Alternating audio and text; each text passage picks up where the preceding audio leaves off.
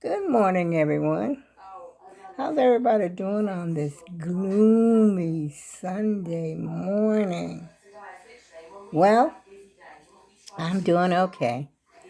After the initial shock of going to the doctor once again for the same procedure on, let me turn this TV down. I don't know why the TV decides to, uh, well, I should have made sure it was turned down before I got on here. But ever since I went to the doctor on Wednesday, I went in for the procedure. I don't know if anybody remembers when I went on the procedure before. They couldn't do the procedure, or the anesthesiologist wouldn't do the procedure because my sugar was too high. Well, this time, lo and behold, I goes to the doctor. I'm there at 7, before maybe 7 o'clock in the morning. This is on Wednesday that just passed. And I get there at 7, and I waited and I sat around and, did the usual stuff, the usual waiting for the doctor, the anesthesiologist, I guess for the team to get together. But the anesthesiologist decided to not do the surgery. Well, this time, no, it wasn't my sugar that was high. My sugar was good at 106. She decided that my blood pressure was too high. I'm like, am I going to ever get this thing done or not? My blood pressure was high, but I think that she was afraid that I was going to have a heart attack or something because my heart was racing so fast. I was so nervous. I don't know why I get like that. I got to get a grip. Or either the doctor is going to have to prescribe something for me so that I can relax. But anyway, I couldn't relax. And the doctor put this patch over here on my heart. Like my heart was really like going. And then plus that, they didn't have an IV in me before I went to the ER. They just, just took me into the ER or, rolled me in this chair, like almost like a recliner. Oh boy, scary in that OR. But what happened before? They put the IV in my arm and administered the, I guess, I don't know, the stuff that put you to sleep. Because by the time I got to the ER, I was out like a light. I don't remember entering the ER or coming out of the ER. That was the first time. But this time, no IV was in me. They decided, okay, we'll do the IV when we get into the ER. What? Well, allow me to tell you, these old ER, and there's all these people in there I've never seen before. I'm like, dang, what the heck is going on in here? And my heart just took off and started booming. And of course, I got these great big, gigantic lights so they can look in my area, the female area. It's lights. I'm like, heck no, this ain't happening. I was outdone. Well, anyway, the anesthesiologist, the cheese of it all, she just decides that I need to go to the emergency room. I said, oh, no. I started to decline. But I said, what if there's something, underlying, unforeseen things that I can't see or they can't see visibly? And so I decided not to protest against it. I figured, okay, I'll be in the OR for maybe 4 hours, tops. Bump. That was the wrong answer. I didn't get out of that freaking OR until, not OR, I didn't get out of that emergency, ER, wait a minute, the emergency room. I'm confused now. The ER, the OR, and the ED. Well, anyway, I didn't get out of the emergency room until like 7 o'clock at night. Well, they performed all kinds of tests on me. I don't know, some of the tests I don't even remember. And granted, I hadn't had any sleep, I hadn't had any sleep because I can never sleep before a procedure, before a major event. I get a sleep period anyway. So, matter of fact, I'm supposed to be going to a sleep study or something like that. But anyway, they had to. I had to answer the same questions again, over and over and over. Somebody else might come in and ask those same questions again. After a while, it starts to get a little irritating. And they just kept, doing all that. And then they put me in this little room in the OR. I keep saying OR, the emergency room unit. And it just has I don't know, what do you call it, a screen that you put there, but there's windows, it's actually open, but there's windows, doors or something that you could pull closed, like a sliding door like you may have at your apartment. Hello. And then if you get dressed, they got this screen that they put on top. I was like, wow. And so I stay in there. Then they decided they got to take me up there to take some pictures of my heart. I got to wait for these results to come back. And then they got to take me somewhere else. Oh, my goodness. I don't even remember. I went to places I'd never been before at this hospital called Yale, Yale New Haven Hospital. Anyway, so I waited for the final results. And granted now, let's get to the point, that I haven't eaten, so I'm getting a little irritable. I'm hungry. They're not giving me anything to eat. Okay. They said they can't give me anything to eat because I can't eat because of certain procedures they have to do, and I can't eat before. Huh? So, anyway, they wouldn't give me anything to eat. And so finally, I think around 5 o'clock that afternoon, that was the last procedure. Whatever they were doing, I don't know. They hooked me up to some HKG and, they did everything they could do to this poor heart. It's a wonder if the heart is still ticking, all that mess they put it through, They wore my heart out. And so I think after that last procedure, it must have been around 5 o'clock.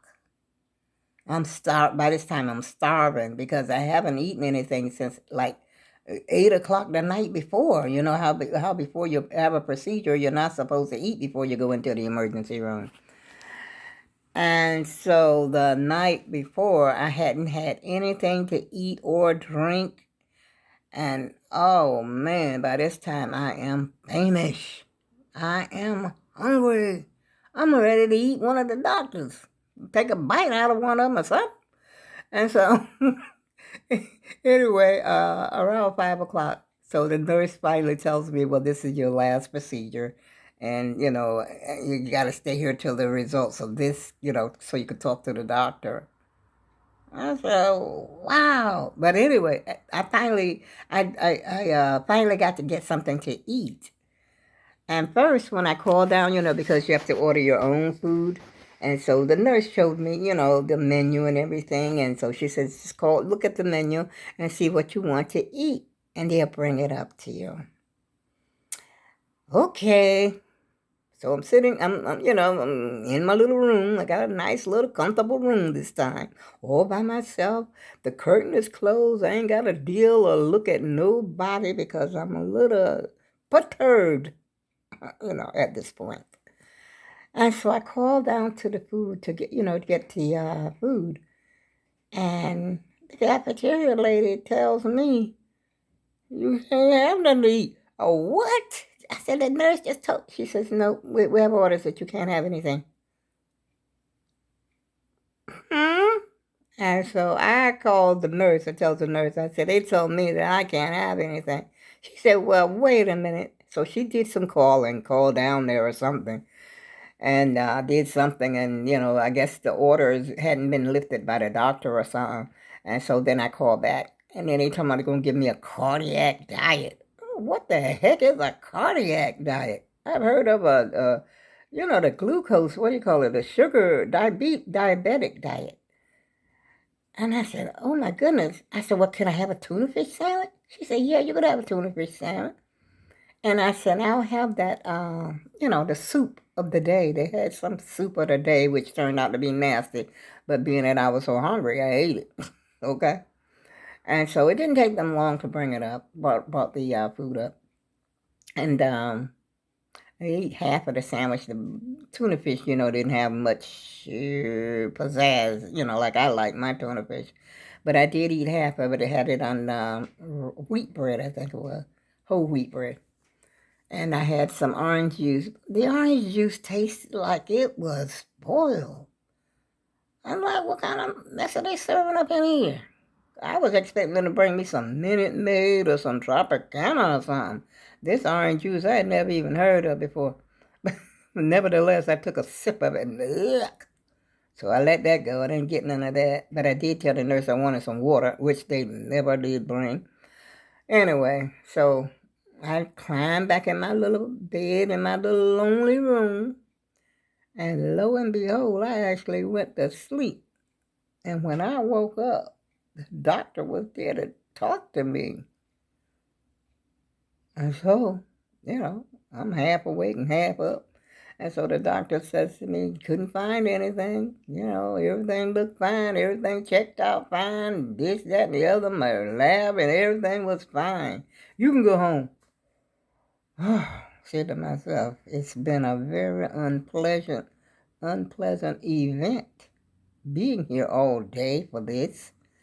And so, anyway, I called my daughter because she was supposed to have picked me up, after the procedure, which would have probably been around 1 o'clock, which is like around the time that she gets off, because I go into surgery. I went in at 7, I had to be there at 7:30 in the morning.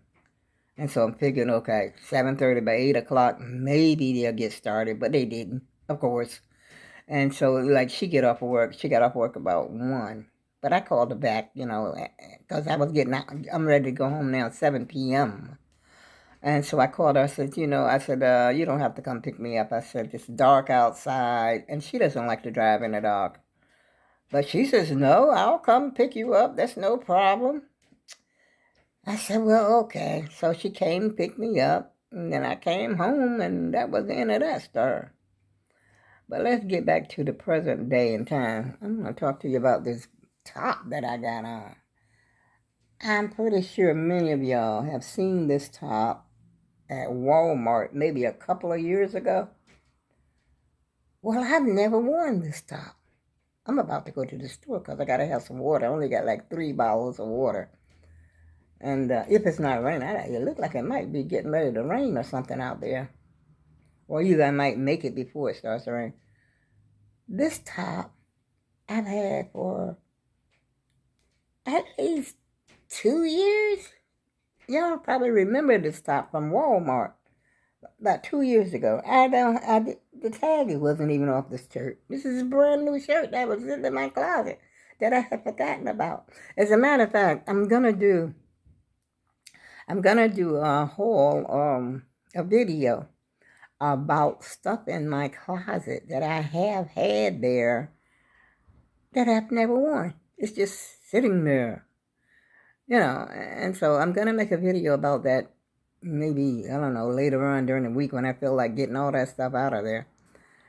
And I was saying, this is a shame, that I've never actually worn this shirt. Never, ever worn it. So I decided to put it on just to go to the store. It's getting a little chilly. It's got long sleeves. I don't know if, let's see. I don't know if you could see, I'm trying to get a full view, but I don't think that's going to happen to get the full effect. Let's see if I do it like, nope, that's not it. Well, I don't know how to do it, y'all. I'm trying to get I'm doing this with my phone, so I guess that's about the best I'm going to be able to do unless I put it on a tripod. And I ain't about to put it on a tripod because I got to go to the store get me some water. So I guess I have to talk to y'all later. Give me a thumbie up, y'all. Give me a thumbie up. Please give me a thumbie up. And subscribe if you can to my little video. Okay, love ya. Bye bye.